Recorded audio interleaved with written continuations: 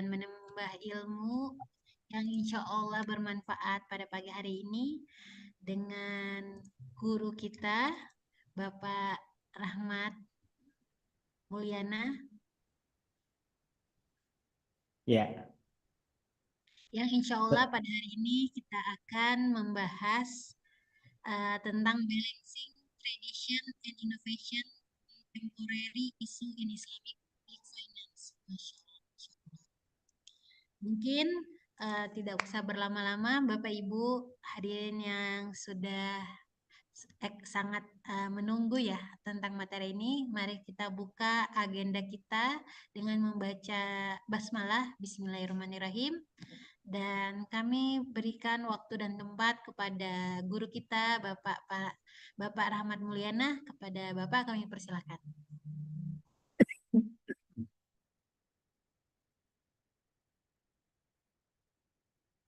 minta izin sebentar. Mau minum.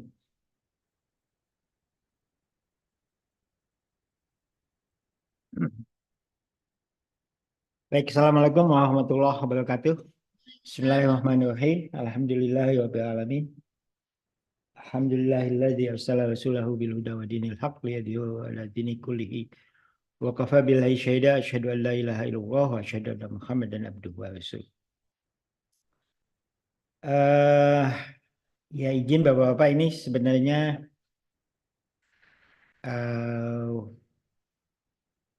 diskusi sebelum kita ngobrol aja. Bentar. Jadi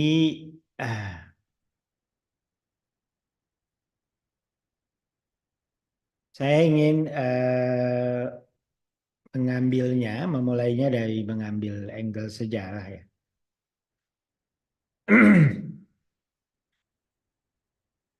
Jadi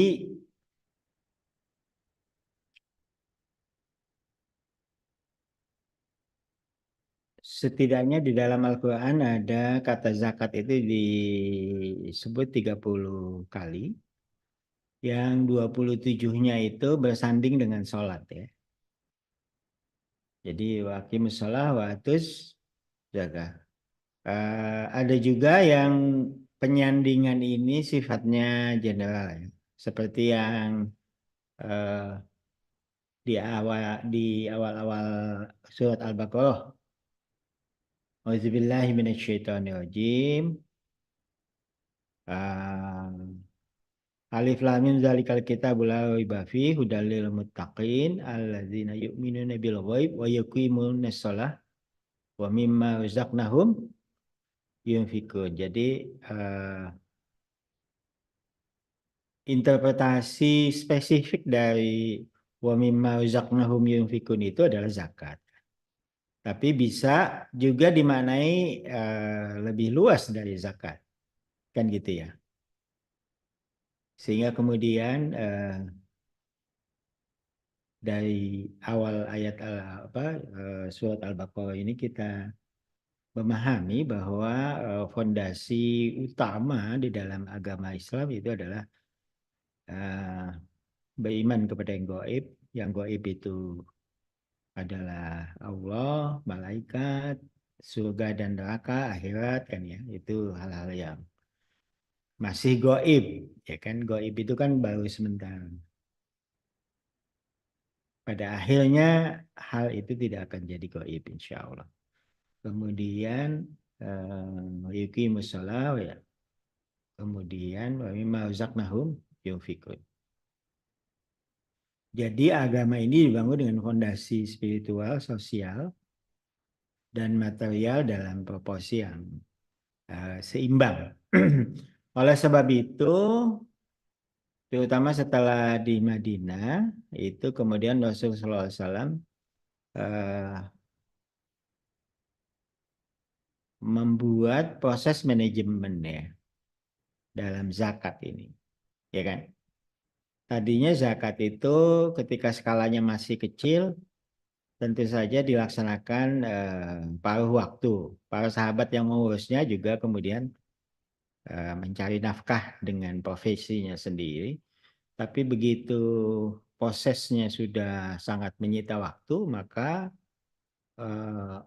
petugas zakat ini kemudian digaji supaya mereka bisa spesialisasi. Itu gaji itu karena memang di dalam 8 asnaf ada 1/8 buat pengelola kan. Kemudian ketika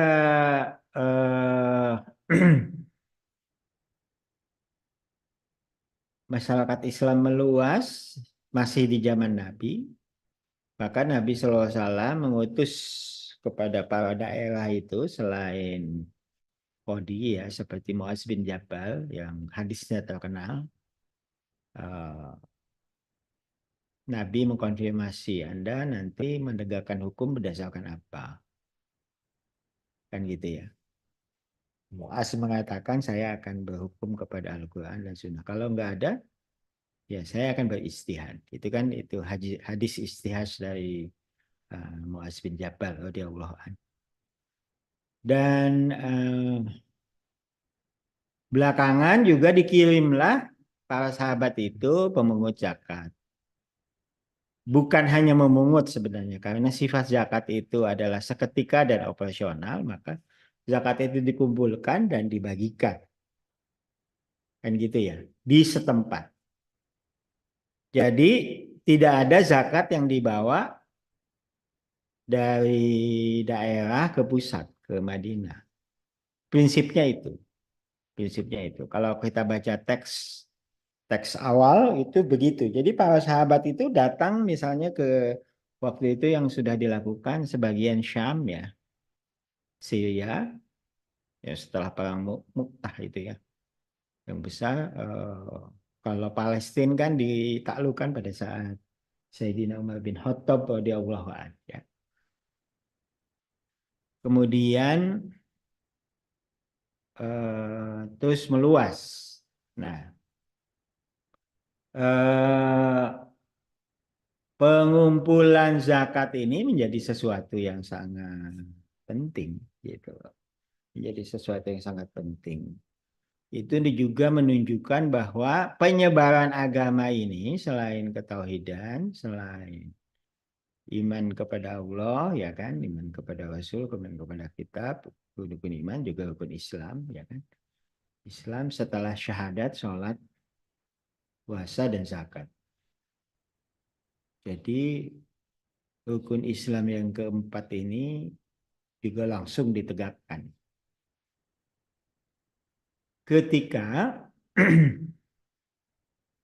Ketika pemerintahan itu dalam kendali ketauhidan ya, dalam kendali kekhalifahan, baik pada masa Rasulullah maupun pada masa Khulafaur Rasyidin. Jadi seketika begitu masuk Islam, diutus para sahabat untuk mengajar Islam, kemudian menjaga jalannya agama, sholat, kemudian zakat dijalankan. Zakat dijalankan. Kita sekarang berada pada posisi di mana agama ini agak timpang ya. Karena kita sholat sangat tegak, insya Allah, pada level pribadi, pada level masyarakat. Tapi zakat belum sepenuhnya ketika negara ini berdiri dalam basis sekuler ya. Mohon maaf kata-kata saya, tapi itu nyatanya. Sehingga kemudian pajak diurusin negara, tapi zakat nggak diurusin negara. Itu urusan masyarakat katanya gitu kan. Silakan berdebat soal label itu, tapi kalau saya melihatnya kenyataannya begitu. Ya, supaya apa? Supaya lurus lagi bahwa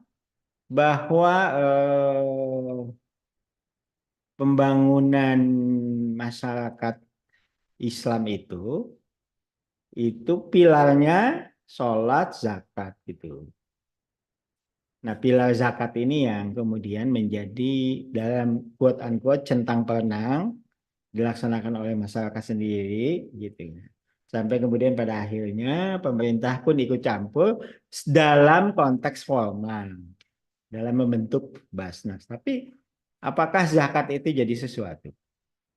Nah, bagi nggak usah nyalahin-nyalahin negara kali ya, tapi kepada umat Islam sendiri artinya kita sadar bahwa tegaknya agama ini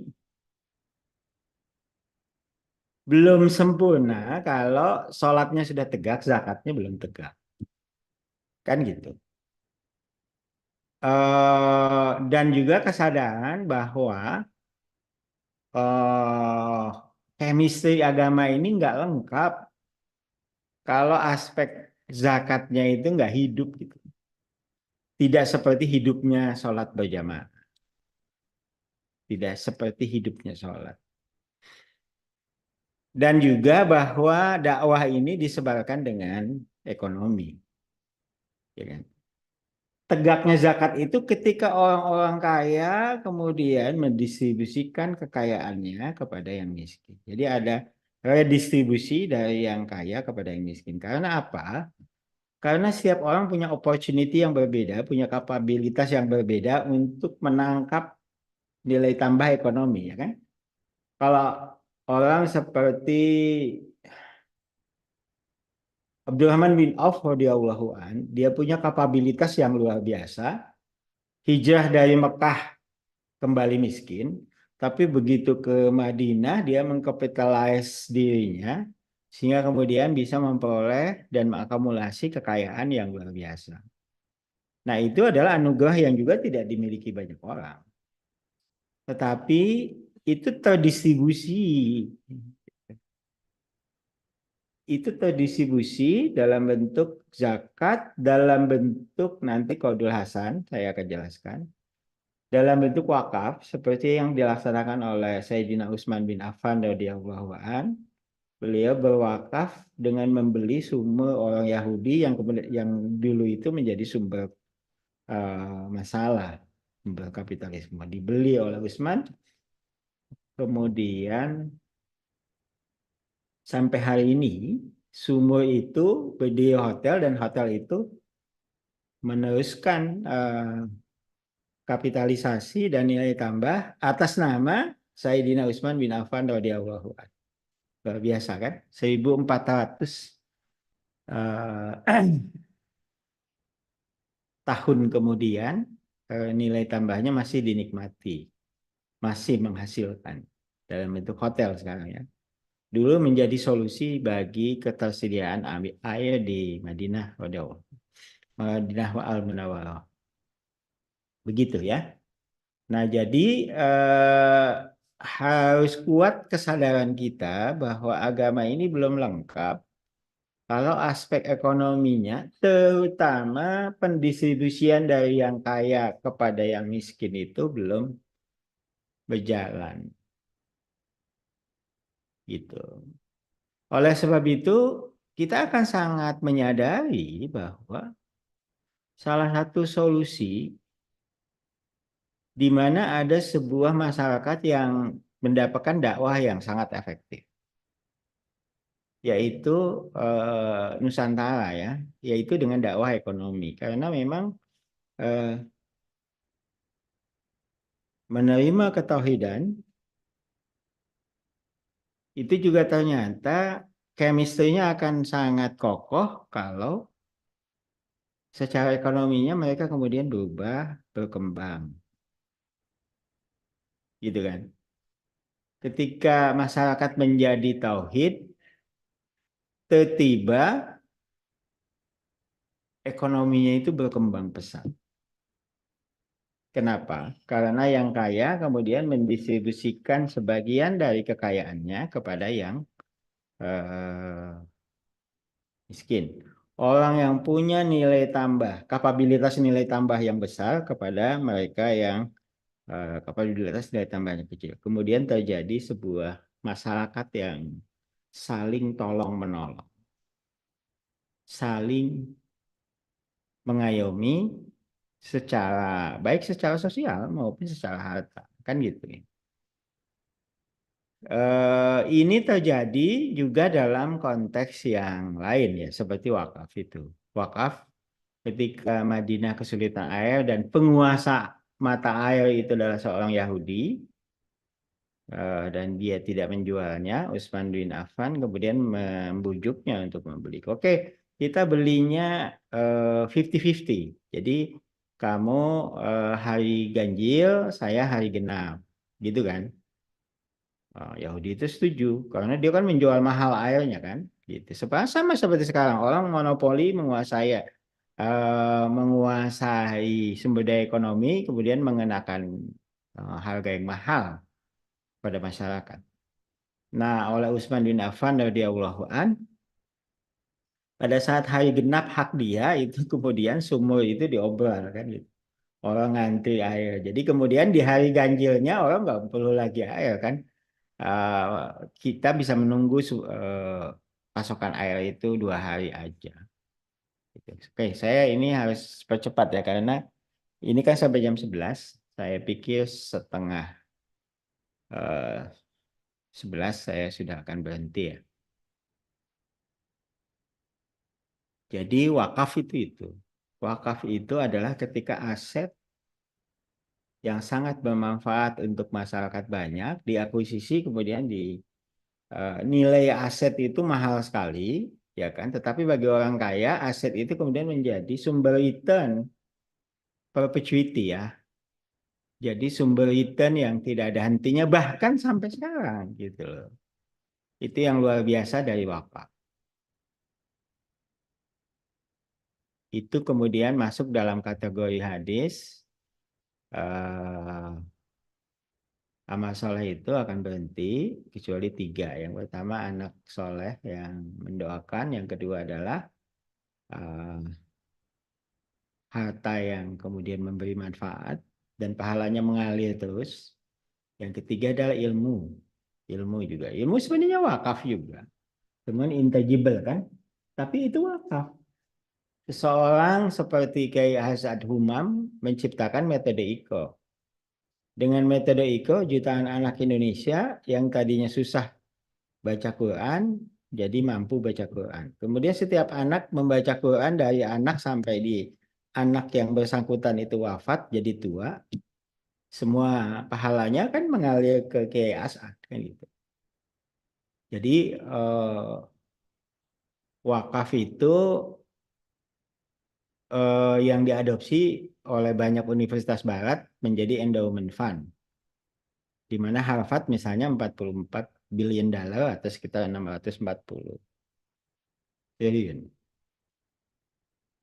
untuk mensubsidi karena itu. Nah, dalam konteks modern kan sekarang kan judulnya adalah tradition dan innovation. Sering terjadi perdebatan tentang penjualan jalan tol. Sebetulnya yang dijual jalan tol itu adalah bisnis jalan tol. Karena jalan tol itu berdiri di atas tanah yang dibeli oleh pemerintah dengan nilai triliunan, puluhan triliun atau berapa, itu di eh, lembaga aset negara ya, PAN, itu dibeli dan dipegang oleh mereka. Kemudian bisnis jalan tolnya dibangun dan segala macam mungkin 1-2 triliun. Nah, yang dijual 1-2 triliun, dijual 3 triliun itu adalah bisnisnya sampai 30 tahun. Setelah itu jalan tol itu dikembalikan ke negara. Itu. Nah, jadi dalam konteks itu maka dalam dunia modern ada yang disebut sebagai PPP, Public Private Partnership. Publiknya negara beli tanahnya, kemudian private-nya bangun jalan tolnya, kemudian mereka berhak mengelola dan memperoleh pendapatan selama sekian tahun. Nah, negara dalam konteks itu berwakaf kepada bisnis jalan tol. Itu adalah mekanisme wakaf. Tetapi tanah wakaf itu tidak boleh dimiliki oleh swasta, tetap milik negara, tetap punya rakyat. Jadi dalam masa habis pengelolaannya maka PPP Public Private Partnership itu dikembalikan ke negara. Jadi in that point tanahnya adalah wakaf dari negara sampai pada waktu tertentu. Jadi wakaf dalam waktu yang terbatas. Itu wakaf. Nah, saya ingin menyoroti eh, satu produk finance yang juga mungkin agak dilupakan, yaitu Qaudul Hasan. Tapi nanti setelah. Nah, ada satu posisi di mana ketika itu masyarakat Muslim berkembang pesat. Pada zaman Umar bin Abdul Aziz, pada zaman Rasul SAW, Arabia. Kemudian pada masa Khulafaur Rasyidin, ini pada masa Umar, ini Syam dikuasai Baitul Maqdis. Kemudian Palestina ya, kemudian Persia, ya kan? Nah, pada dalam makalah yang saya sertakan, kepada yang non Muslim dikenakan zakat. Kenapa zakat? Dikenakan pajak. Yang disebut sebagai jizyah itu pajak. Kenapa? Karena dalam satu masyarakat, kalau yang Muslim menyalurkan zakat, kalau yang non Muslim kan tidak dikenakan kewajiban zakat, tetapi mereka harus membayar pelayanan negara. Gitu. Jadi pelayanan negara itu berupa keamanan, berupa fasilitas publik. Ya kalau misalnya pemerintahan khilafah misalnya membangun jembatan, membangun pelabuhan, membangun ini yang lihat reformasi Umar bin Abdul Aziz ya di kanan. Tentu saja mereka menikmatinya, gitu. Menikmati infrastrukturnya, menikmati benefitnya. Karena itu dikenakan juga jizyah. Kemudian ada pajak-pajak yang lain, misalnya pertanian. Kalau pertanian itu membutuhkan irigasi, maka pajaknya lebih kecil. Ditarik secara umum, itu berarti kebutuhan infrastruktur itu dibiayai. Jadi eh, dana infrastruktur sebetulnya bisa dikenakan kepada yang menikmatinya. Contohnya di sini adalah misalnya pengembang kalau zaman sekarang. Pengembang di Bekasi mendapatkan benefit yang luar biasa atau misalnya di Cilengsi ya, ketika LRT dibangun, bahkan dibangun LRT City gitu. Jadi pengembangan LRT seharusnya sebagian ditanggung oleh mereka. Kiasnya adalah kalau pertanian di masa awal-awal Islam itu tidak pakai irigasi, pajaknya 10%. Tapi kalau pakai irigasi, pajaknya 5%. Artinya yang 5% itu dikonsider sebagai biaya infrastruktur. Gitu. Jadi bisa dengan mengurangi atau ditambah. Itu sih masalah teknis. Dan Baitul Mal begitu kayanya di zaman Umar bin Abdul Aziz selain membangun-bangun eh, apa itu penyediaan air, pelayanan publik, irigasi, kemudian penginapan, model bisnis penginapan untuk umum dibuat oleh Umar bin Abdul Aziz, tapi kemudian beberapa orang kaya kan perlu yang lebih. Sama seperti misalnya pemerintah menyediakan sekolah. Orang kaya maunya sekolahnya lebih keren, lebih spesifik, maka dibuat sekolah swasta. Nggak apa-apa dia bayar sendiri. Sama, berarti kan kalau ada penginapan yang buat umum, ada yang, oh ya saya maunya penginapannya, modelnya, pelayanannya fancy, bla bla bla bla bla. Nah itu kemudian adalah bisnis hotel. Bisnis hotel itu sama seperti sekolah swasta, ya kan? Karena sekolah umum itu free, dibayar oleh pemerintah, maka sekolah swasta bayar. Kalau penginapan umum itu free lah, kalau saya pedagang kelas biasa ya saya nginep di penginapan umum. Tapi kalau saya bawa emas 10 kilogram, nginep di penginapan umum saya nggak bisa tidur kan. Jadi saya harus nginep di hotel yang khusus. Dan itu memang dikembangkan di dunia Islam. Kemudian masyarakat maju dan lain sebagainya, ekonomi berkembang. Tapi yang luar biasa adalah pertama, hak gorimin itu karena melimpahnya itu ya, melimpahnya eh, budget negara. Hak goimin itu ditunaikan habis. Jadi orang yang punya utang, kalau utangnya itu dianggap sebagai kesulitan atau force major dibayarin oleh negara. Tidak hanya itu, yang jomblo dikasih tunjangan, mau nikah dibayar oleh negara. Mungkin termasuk juga KPR untuk rumah pertama ya. Bahkan di masa konun Kekhalifahan Utsmaniyah di abad ke-17 ya, tahun 1600-an, itu ada masa di mana masyarakat itu kan karena Khilafah Utsmaniyah banyak ekspansi dan banyak para pria yang gugur, maka banyak wanita yang single parent, maka sangat di-encourage untuk dinikahi oleh laki-laki yang belum gugur gitu kan, masih ada. Dan negara mensubsidinya. Gitu. Jadi untuk menikahnya dan biaya hidup untuk keluarga kedua, nah ini tentu saja ini sebuah setting yang ideal ya. Jadi untuk keluarga kedua itu ada subsidinya.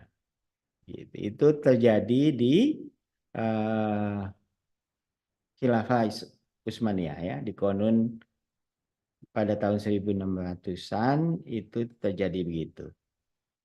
Nah, pada kondisi di mana dana negara itu begitu berlimpah.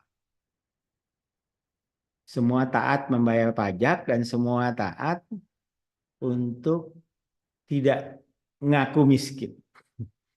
Jadi sampai-sampai di beberapa kota seperti di Damaskus, di Madinah, di Makkah ini susah petugas Baitul Mal menemukan orang yang butuh untuk dizakati. Semua nolak. Saya nggak butuh gitu. Di sini kontras dalam posisi kondisi kita sekarang tentu ya. Karena yang tercatat saja 25,9 juta masyarakat miskin. Ya. Kemudian nanti kita bahas. Oke, saya akan masuk ke instrumen yang selain zakat, wakaf, tentu saja infak sedekah ya. Itu bagian dari yang sudah rutin bagaimana uh, dikisahkan Ali bin Abi Thalib radhiyallahu anhu itu ketika turun ayat-ayat infak gitu pada saat sholat subuh dan ketika akan ruku langsung beliau, nah ini jadi perdebatan fikih tapi esensinya adalah betapa uh, real time-nya para sahabat itu kalau mengeksekusi prakteknya langsung menginfakkan cincin yang dia punya gitu. Ketika ayat infak itu dibacakan dalam salat subuh, langsung pada saat ruku itu infak. Mungkin karena rukunya juga lama gitu ya. So, begitulah para sahabat menyikapi perintah untuk menafkahkan harta. Sampai-sampai ada yang rebutan. Ini saya punya seperempat harta, saya punya sepertiga harta, saya punya setengah. Ada yang mau menginfakkan semuanya, tapi kemudian dilarang. Jangan kalau semuanya. Kemudian bahkan dalam eh, perspektif yang begitu dalam ya. Sampai misalnya saya punya dua istri, yang satu saya infakkan gitu. Kira-kira begitu kehidupan para sahabat Nabi SAW. Nah, satu hal yang saya heran, kenapa implementasinya kurang didalami, mungkin ini menjadi PR saya juga dalam ranah Islamic Finance, itu adalah Qaudul Hasan. Perintah Qaudul Hasan ada banyak di dalam Al-Quran, tapi yang spesifik yang dua di Al-Hadid itu 57 ya. Ayat 10-nya tentang perang, ayat 11-nya tentang Qaulul Hasan. Al-Baqarah juga sama, 245 tentang perang, 244 tentang perang, 245 Qaulul Hasan. Jadi prakteknya adalah begini. Peperangan itu membutuhkan logistik, ya kan? Logistik itu membutuhkan dana. Jadi ketika ada perintah untuk berperang, maka tentu saja otomatis kebutuhan dana muncul. Kemudian di ayat berikutnya, Qaulul Hasan sebagai instrumen yang menjadi solusinya.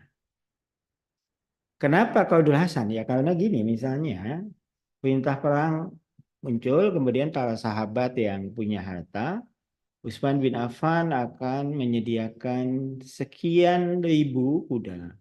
Abdurrahman bin Auf akan menyediakan sekian ribu pakaian dan pedang, alat perang. Kan gitu ya. Kemudian ada yang menyumbang logistiknya untuk makanan selama peperangan. Nah, itu sifatnya pinjaman. Pinjaman yang kalau peperangan itu kan perang itu ada yang berhasil atau tidak berhasil. Kalau berhasil tentu saja harta yang dikorbankan di awal kembali semua plus tambahan kan karena punya musuh diambil. Jadi lah itu menjadi karakteristik Qaulul Hasan. Ketika peperangan itu dimenangkan, maka nah ini kenapa jarang dibahas? Yang harus dilakukan adalah dihitung, kemudian yang jadi pinjaman itu dikembalikan dulu tanpa benefit apa-apa. Dikembalikan semua. Utsman bin Affan menyumbang 3.000 kuda, dikembalikan dulu 3.000 kuda. Kemudian ada harta sisa. Harta sisa itulah kemudian menjadi ghanimah, ya kan? Kemudian fai dan sebagainya. Dan itu juga perintah Al-Qur'an. Nah, ini akuntansinya juga jarang dibahas gitu. Bagaimana? Nah, yang menjadi juga ini adalah filosofi. Jadi begini, filosofi dari public finance, ya kan sebenarnya Pak di masa-masa awal di zaman perjuangan Islam pada saat Rasulullah ada dan juga dikembangkan setelahnya, transaksi Qaulul Hasan itu dilakukan dengan cara seperti itu. Jadi mobilisasi modal untuk kepentingan publik kan dibayar oleh para sahabat yang mampu, mungkin juga yang sedang-sedang akan urunan dalam konteks yang sifatnya eh, kalau sekarang itu instrumen keuangan yang eceran gitu ya, misalnya. Itu terjadi misalnya dalam satu kabilah mengirim 300 pasukan. 300 pasukan itu kan berarti ada 300 kuda, 300 alat perang, baju besi dan juga pedang kan gitu. Dan itu sifatnya pinjaman. Pinjaman dari kabilah itu. Dalam kita melihatnya dari aspek apa ya? Sekarang ya, kita mengaca pada saat ini. Berarti public finance itu akan efektif jika pakai pola masa lalu, di mana yang menanggung pendanaannya itu adalah masyarakat sendiri, gitu loh. Kemudian masyarakat tidak mengharapkan apa-apa kecuali ibadah dan pengorbanan jihad. Oleh sebab itu, tujuan dari public finance, public development itu harus suci. Supaya itu dianggap sebagai sebuah pengorbanan, sebuah hal-hal yang bisa dikategorikan sebagai kegiatan yang menuntut keikhlasan. Ketika dibawa ke masyarakat Eropa, terutama ketika dana itu berputar-putar di kalangan pedagang Yahudi ya, misalnya disetir dalam karya Shakespeare itu uh, The Merchant of Venice. Jadi bangsawan Eropa itu butuh dana perang, tapi perangnya itu buat merebut kekuasaan. Perangnya itu buat memperistri ratu yang putri mahkota yang tidak punya calon suami. Jadi lebih ke situ. Jadi tujuannya itu tidak holy, tidak suci. Sehingga kemudian apa yang mereka datang ke merchant Yahudi minjem uang, investor. Jadi dalam masyarakat sekuler tujuan pembangunannya tidak suci. Karena tidak suci, mereka tidak bisa minta pengorbanan dari umat. Karena itu mereka datang ke investor kan gitu. Nah, sekarang polanya, kalau memang pembangunan itu sesuatu yang bermanfaat buat masyarakat, seharusnya bisa dong masyarakat urunan untuk membiayai pembangunan itu. Gitu. Jadi ada sebuah pola transaksi rakyat yang saling bertransaksi untuk membangun seperti model masa Islam awal. Sepertinya sekarang enggak kan? Jadi pemerintah mendatangi investor sama seperti masyarakat kerajaan Eropa pada pertengahan, kemudian minjem ke rentenir, kemudian pemerintah narik pajak dibayar buat bayar utang itu. Dan tahun 2025 untuk Indonesia, utang pokok dan bunga itu akan membebani sangat besar. Angka-angkanya coba lihat. Sementara anehnya sebuah negara seperti Jepang, dia mengubah utangnya itu dengan meminjam kepada rakyatnya sendiri. Meniru apa yang dilakukan oleh Rasulullah SAW. Qaudul Hasan ini tidak pernah dilihat sebagai sebuah mekanisme public finance gitu. Ini sangat mengherankan karena jelas banget di dua tempat itu Qaudul Hasan itu nempel dengan ayat perang dan ayat perang itu adalah public finance. Nah, itu yang memang membutuhkan pemerintah yang punya kapabilitas dan kapasitas sehingga rakyat melihatnya dia sedang melaksanakan tugas suci. Yang kemudian men-trigger rakyat untuk mendanainya gitu loh.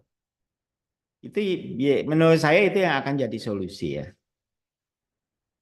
Jadi Qaudul Hasan itu bukan utang biasa, tidak ada tambahan bunga kemudian materi. Jadi risikonya misalnya Abdurrahman bin Auf radhiyallahu an beliau menanggung 4.000 kuda perang gitu. Kalau perangnya kalah ya yang balik kudanya cuma 300 ya beliau risikonya ada di diri. Tapi beliau sudah ikhlas. Oh ini memang ibadah saya gitu. Nah ini yang kemudian terjadi yang transformasi di mana di dalam satu negara itu rakyat itu saling tolong menolong. Jangan misalnya ada rakyat yang mati karena miskin, sementara ada rakyat ribuan orang antri untuk beli kamera 100 juta. Ini nggak benar ini. Kan gitu. Kita harus mentransformasi menjadi sebuah pemerintah yang kayak gitu. Itu bisa nggak sih? Padahal Rasul sudah nyontohin gitu.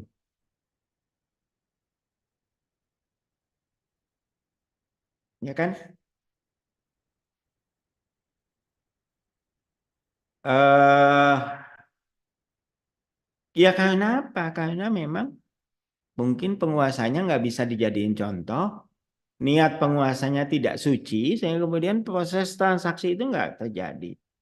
Yang harus dilakukan menurut saya adalah terjadinya masyarakat yang saling tolong menolong berdasarkan kepedulian sosial. Ini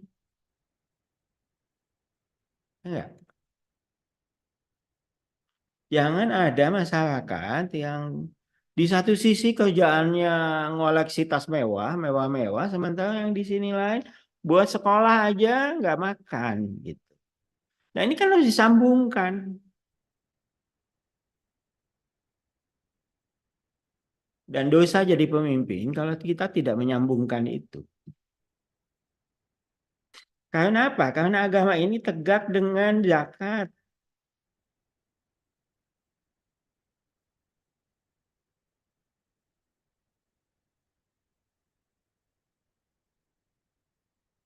Ini kan. Itu.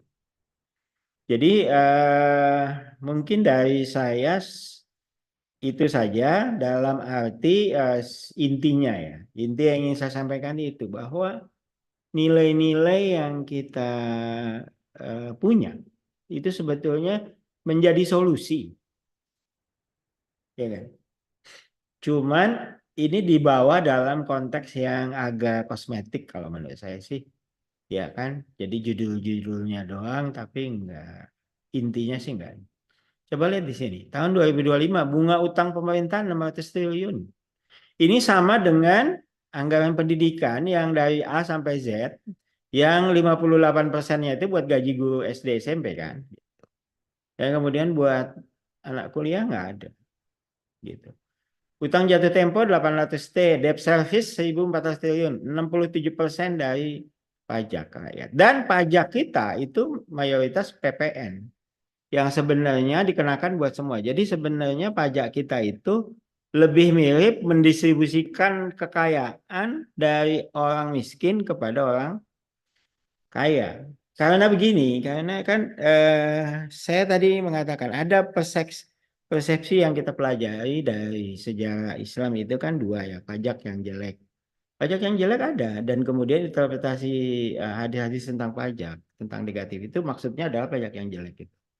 Itu terjadi pada saat kolonialisme, ya kan? Pada saat kolonialisme pajak itu jadi alat pemerasan. Nah, pajak yang dibahas dalam Ibnu Khaldun, dibahas dalam Ad-Daudi, yang sifatnya positif, itu dasarnya adalah surat Al-Hasyr ayat 7. Jadi, jangan harta itu beredar di kalangan tertentu saja di kalangan kamu. Jadi, itu adalah fungsi redistribusi. Itu melaksanakan ayat Al-Quran. Meredistribusi. Tapi redistribusinya itu dari yang kaya kepada yang miskin. Kita sekarang berada pada posisi di mana distribusinya itu terbalik. Iya kan? Terbalik, yang miskin bayar PPN, bayar ini, bayar itu, yang kaya mendapatkan keringanan pajak. Gitu. Tidak bayar pajak 180 tahun kepada investor kan gitu. Oke, bagaimana solusi ekonomi Islam? Yang pertama menurut saya kalau zakat itu dilaksanakan seserius pajak, maka distorsi pajak ini akan disembuhkan. Karena kan kalau zakat kan sudah jelas mustahik. Ya kan? Jadi kepada yang sangat membutuhkan, jadi kita memotong birokrasi. Sekarang ini duit pajak masuk ke birokrasi, muter di birokrasi, netesnya sedikit. Nah, dengan menginstal institusional pajak yang setara dengan zakat yang setara dengan pajak, maka saluran buat rakyat miskin itu jauh lebih besar. Gitu. Oke, itu yang pertama solusi zakat. Solusi Qardul Hasan tentu saja bagaimana dibuat mekanisme beban utang pemerintah itu ditanggung bersama dengan masyarakat. Ada kondisi-kondisi, di antaranya ya pemimpinnya harus yang memang holy. Kalau pemimpinnya holy, rakyat juga berkorban kan. Kalau pemimpin yang nggak holy gimana? Mana mau rakyat berkorban? Ya nggak? Itu. Tapi ya itu memang butuh reformasi kepemimpinan ya. Kemudian keadilan sosial ini harus diukur, distribusi kekayaan yang adil, mencegah penumpukan pada segelintir orang. Ini adalah KPI dari ekonomi Islam. Sekarang posisinya APBN itu terbalik. Bukan hanya tidak sesuai, tapi melawan Al-Hasyr ayat 7. Ya kan? Kemudian zakat dan wakaf. Jadi wakaf bisa saja pemerintah membangun jalan tol yang sangat diperlukan oleh masyarakat miskin di pegunungan. Kemudian masyarakat yang di bawah di lereng gunung yang punya tanah itu wakaf. Ini tanah saya dijadikan jalan aja supaya saudara-saudara saya yang di atas itu ekonominya tertolong. Nah, kita memang harus selevel itu kalau mau Indonesia punya solusi. Bisa nggak pemimpinnya mengencourage gitu? Ah, jangan malah jadi mafia tanah gitu. Mafia tanah membuat jalan tolnya jadi mahal, bayarannya mahal. Jadi kan ini kan sebenarnya sebuah masyarakat yang saling memakan, saling menzolimi, tiba-tiba diubah jadi masyarakat yang saling tolong menolong. Nah itu. Ya tentu saja saya kemudian bisa dibilang, oh ini idealis banget sih, kayaknya mimpi doang. Tapi saya yakin itu bisa dilakukan. Ya enggak? Kemudian solusi fiskal berkeadilan, pajak itu orang kaya dan perusahaan besar membayar lebih besar dari sesuai kemampuan. Memang sih iya, tapi kemudian banyak ini itu, banyak holiday ya, banyak ini itu, banyak pada saat perizinan minta exemption, whatever lah ya. Nah jadi ketimpangan ini. Ukurannya itu aja. Kalau ketimpangan hilang, berarti pajak dan zakat itu efektif. Kemudian inklusif melalui instrumen syariah, ya kan? Waktu evaluasi masa depan ekonomi syariah saya sampaikan, jangan tutup mata terhadap pinjol. Pinjol itu kan riba gitu. Emang riba bukan bagian dari masyarakat ekonomi syariah ya kan bagian. Baru kemarin ada seorang istri membakar suaminya karena suaminya suka pinjol kan. Dia kesel kali dibakar aja suami. Wallahualam. Dan ini sudah jatuh. Jadi rakyat apa ya sudah bergelimpangan gitu, nggak ada yang bangun nih gimana sih nih? Kemudian stabilisasi fiskal, keberkahan dan kelanjutan. Nah, ini dia. Negeri ini bakal berkah kalau ekonomi Islam itu diterapkan, kalau pemimpin reliable dan Tosti, kemudian ayat saling tolong menolong, saling ini, kemudian keberkahan itu akan keluar dari tanah dan bumi ini gitu. Itu karena solusinya adalah keberkahan. Jadi paradigma Islam bukan soal solidaritas tapi transformasi menuju masyarakat yang adil, sejahtera dan berkelanjutan. Nah, ini memang bukan cita-cita bangsa ini, gitu. Jadi kita harus yakin bahwa ekonomi Islam, keuangan publik Islam itu juga akan mentransformasi menuju masyarakat yang lebih adil, sejahtera dan berkelanjutan. Yang itu adalah inline dengan tujuan negeri ini. Gitu ya. Saya kira yang lain-lain kita diskusikan aja. Sebagai kesimpulan ya dari rakyat ya kan kita harus kritis, harus mengembangkan ekonomi kerakyatan, harus meningkatkan partisipasi publik, ya kan?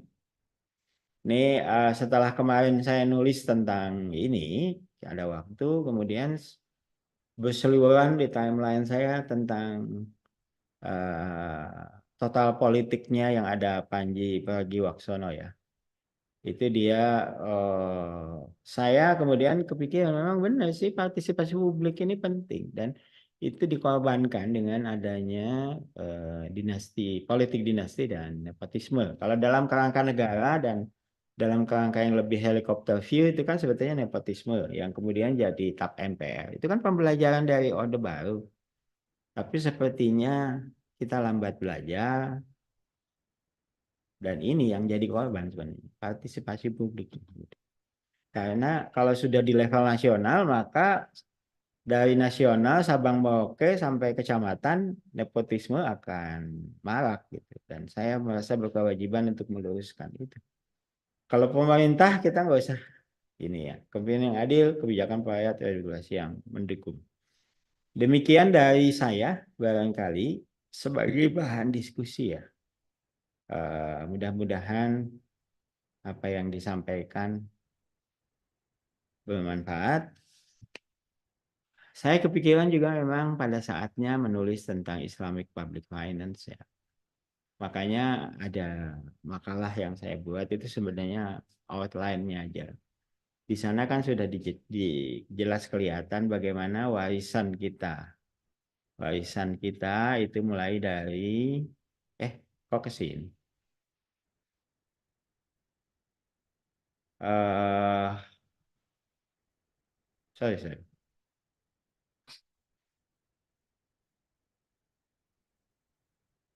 Oh, ini jadi makin gaptek saya. Islamic Public Finance. Oh, ininya. Nah, ini dia. Ini ya makalahnya. Di sini kan bisa kita lihat timeline dan ini banyak ahlinya ya. Di Tazkiyah ada Ustadz Mukni, ada Kang Nasr dan semua. Tetapi yang menurut saya magnum opusnya adalah pertama dua kitab Al-Amwal. Jadi yang Al-Amwal satu ini adalah eh, oh, dan juga Al-Kasab ya. Imam Asy-Syaibani ini penting menurut saya. Beliau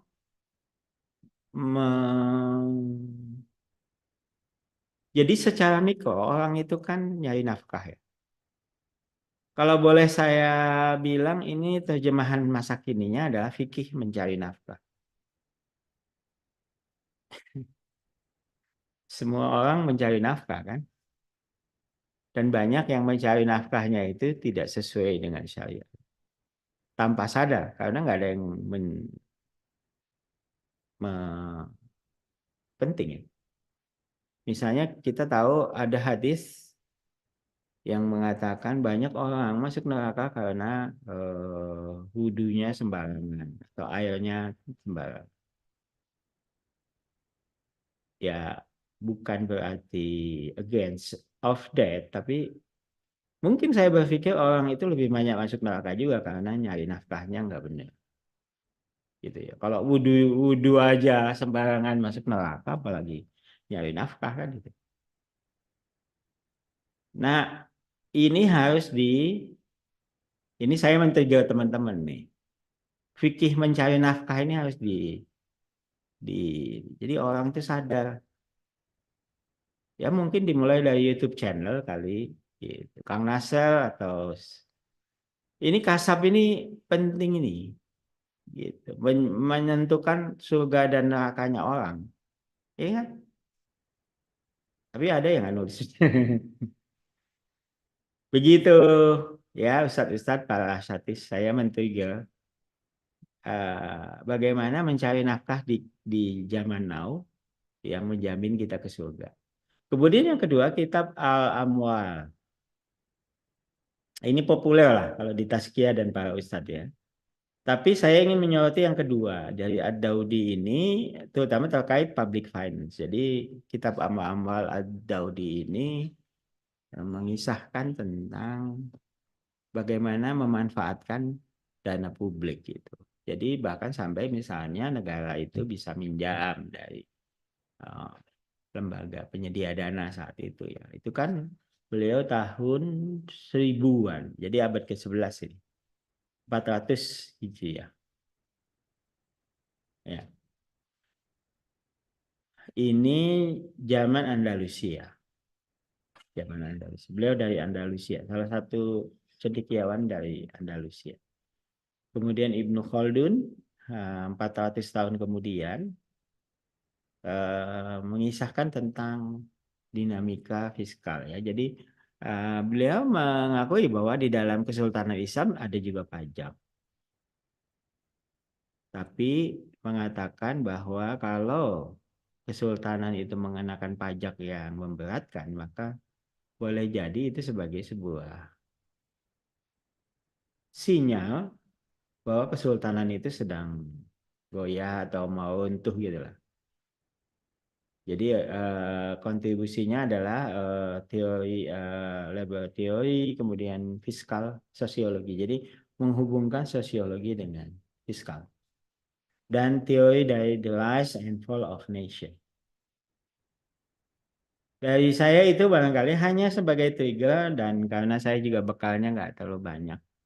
Cuman mencoba untuk eh, memotret ya, memotret situasi kekinian, ya kan, dengan paradigma yang sebenarnya sudah kita miliki dari warisan Rasulullah SAW dan seluruh umat Islam sampai saat ini, yang menurut saya penting, ya kan, menurut saya penting untuk dibangkitkan dan menjadi paling tidak, oh iya ya ada model yang lain.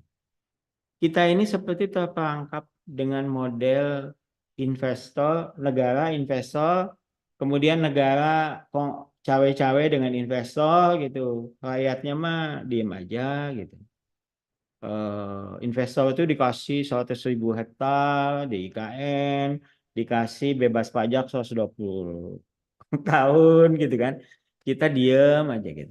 Nah, ada model pembangunan yang investor dan masyarakat itu bersatu. Abdurrahman bin Auf, Utsman bin Affan itu berkelindan dengan pemimpin negeri untuk memberdayakan masyarakat. Gitu. Jadi ya ada model di mana rakyat dan pemerintah itu saling tolong menolong. Tapi kan nggak ada di pikiran yang sekolahnya di Amerika kan. Emang ada model pembangunan masyarakat tolong menolong? Ya ada dan harusnya ada, cuman mungkin pemimpinnya bukan model Anda gitu. Kira-kira begitulah yang mau saya sampaikan supaya nggak panjang-panjang. Terima kasih. Assalamualaikum warahmatullahi wabarakatuh. Waalaikumsalam warahmatullahi wabarakatuh. Masya Allah. Terima kasih banyak Bapak atas Ya. diskusinya yang sangat menarik ini. Kepada Bapak Ibu dosen yang ingin berdiskusi langsung dengan pemateri kita pada pagi hari ini, kami persilahkan. Di sini sudah ada mahasiswa, sudah ada dosen yang sudah hadir. Silakan, mangga, mangga. Saya sangat ingin mendengar suara para asatis, ada bapak-bapak dosen. Mari kita diskusi aja. Betul. Kang Dedi, Pak Yaser, kan, ada Ustadz Mukni, ada Ustadz Nasir, ini ada Bu Anita, Dokter Anita, dan Dokter Indra, ya kan? Mangga, mangga tuh. Baik Bapak, kalau mungkin sambil menunggu dari mahasiswa dan dosen, mungkin kalau dari saya berarti tapera itu Pak adalah salah satu sistem pemerintah yang malah menyusahkan kita ya Pak ya. Kalau kalau disambungkan dengan apa yang tadi Bapak sampaikan. Ah, sebenarnya tergantung niatnya ya. Kalau tapelanya itu niatnya mau menolong rakyat supaya punya rumah, ya insya Allah niatnya itu akan sampai.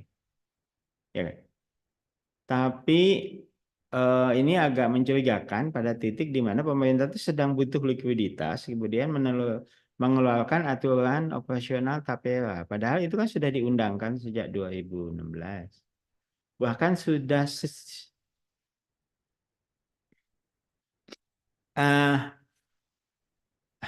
dulu kita sempat diperintah oleh dua orang ah, teknokrat ekonomi yang cukup mumpuni kalau menurut saya. Kemudian produknya yang disebut MP3EI itu, yang kemudian saya evaluasi. Saya mengevaluasi itu karena itu naskah akademik, ada studinya, ada Bahkan konsultan-konsultan asing berebut supaya itu jadi blueprint ekonomi Indonesia, misalnya soal spatial development, kemudian menjadi koridor ekonomi. Nah, itu zaman Pak SBY dan Pak Budiono. Saya ingin sampaikan bahwa dulu Pak Budiono itu against. Jadi Tapera itu sebenarnya dibawa dari Orde Baru beberapa tahun, against terhadap undang-undang RUU Tapera itu. Makanya di zaman Pak SBY dan Budiono itu di blok. Dan yang ngeblok adalah Pak Budiono. Beliau mengatakan orang dalam kenyataannya akan mengeluarkan uang 2 kali. Jadi pada saat dia muda, dia membeli rumahnya yang real, kemudian nabung untuk tapera. Jadi beban finansialnya jadi 2. Yang kedua, sebetulnya problem perumahan, backlog yang disebut backlog di dalam dunia real estate itu masalahnya ada 2. Yang pertama tanah yang mahal, ya kan? Kalau di negara-negara yang sukses merumahkan, ya, memberi rumah kepada penduduk, karena dibangunnya di atas tanah negara atau memang, tapi kan ini kan kemudian mafia tanah segala macam tanah 5.000, 50.000, 10.000 dijual dengan harga 1 juta oleh pengembang kan gitu. Itu yang membuat mahal. Yang kedua ya tentu saja karena itu 15 tahun, 10 tahun kan gitu. Marginnya atau mungkin kalau konven itu bunganya ya nggak boleh lebih, nggak boleh mahal-mahal. Kalau 2 masalah itu, masalah tanah dan masalah bunga itu tuntas, sebetulnya masalah perumahan itu 85% selesai. Jadi tapera itu hanya menyelesaikan sisanya. So, menyederhanakan masalah backlog perumahan dengan pembiayaan itu sama dengan menyelesaikan suatu masalah besar dengan sesuatu yang variabelnya kecil. Itu yang saya pelajari dari mantan asistennya Pak Budiono. Sehingga kemudian Pak Budiono di Seknek itu membuat kontra argumen terhadap tapera itu supaya jangan lolos. Tapi ya setelah SBY Budiono-nya nggak berkuasa kan kemudian itu lolos. Nah, lolos di 2016 tapi nggak dieksekusi-eksekusi. Tiba-tiba di 2024 dieksekusi di mana semua orang harus nabung dan pemerintah akan punya dana 157 triliun setahun. Ya, itu sebenarnya nambah kekurangan likuiditas sebenarnya. Jadi tapera itu mau menyelesaikan solusi ya menjadi solusi ya tergantung niatnya. Kalau niatnya jadi solusi, ya jadi solusi gitu. Tapi kalau niatnya cuma pinjam dulu 100 gitu kan. Ya hanya akan jadi utang. Kira-kira gitu lah. Padahal utangnya udah banyak. Kan gitu ya. Mangga yang lain? Pada Bapak Ibu yang lain, Masya Allah, Masya Allah. Terima kasih banyak Pak penjelasannya.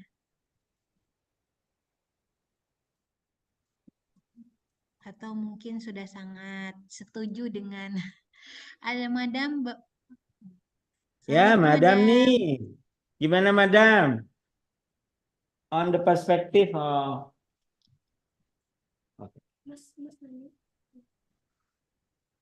Assalamualaikum Madam. depan rumah ya. Sepertinya Madam sedang offline Pak.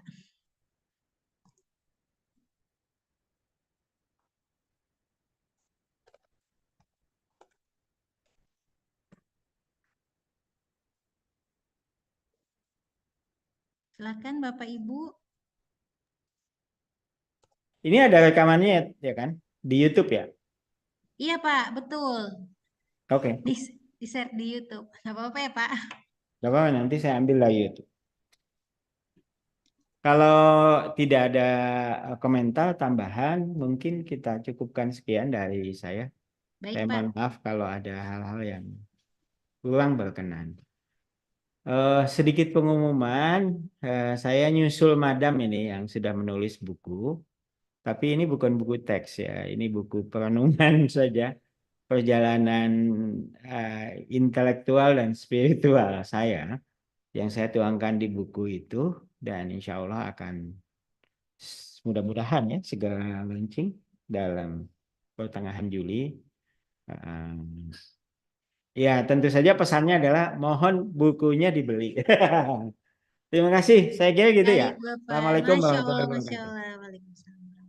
Waalaikumsalam warahmatullahi wabarakatuh. Terima kasih banyak kepada Pak Rahmat yang sudah mau berbagi sharing-sharing kepada kita pada pagi hari ini. Dan Bapak Ibu, insya Allah Pak Rahmat akan launching buku, Masya Allah.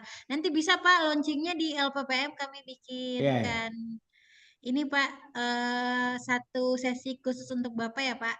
Ya, amin. Amin. Amin, Terima siap. kasih. Bapak Ibu yang ingin sertifikat bisa di kolom chat untuk mengisi daftar hadir ya Bapak Ibu.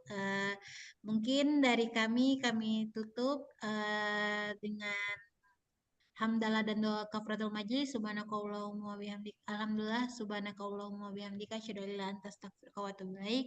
Kami berterima kasih banyak kepada Bapak Ibu yang sudah hadir pada pagi hari ini dan kepada Pak Rahmat Mulyana yang sudah mau memberikan waktunya untuk mengisi Mandai Forum.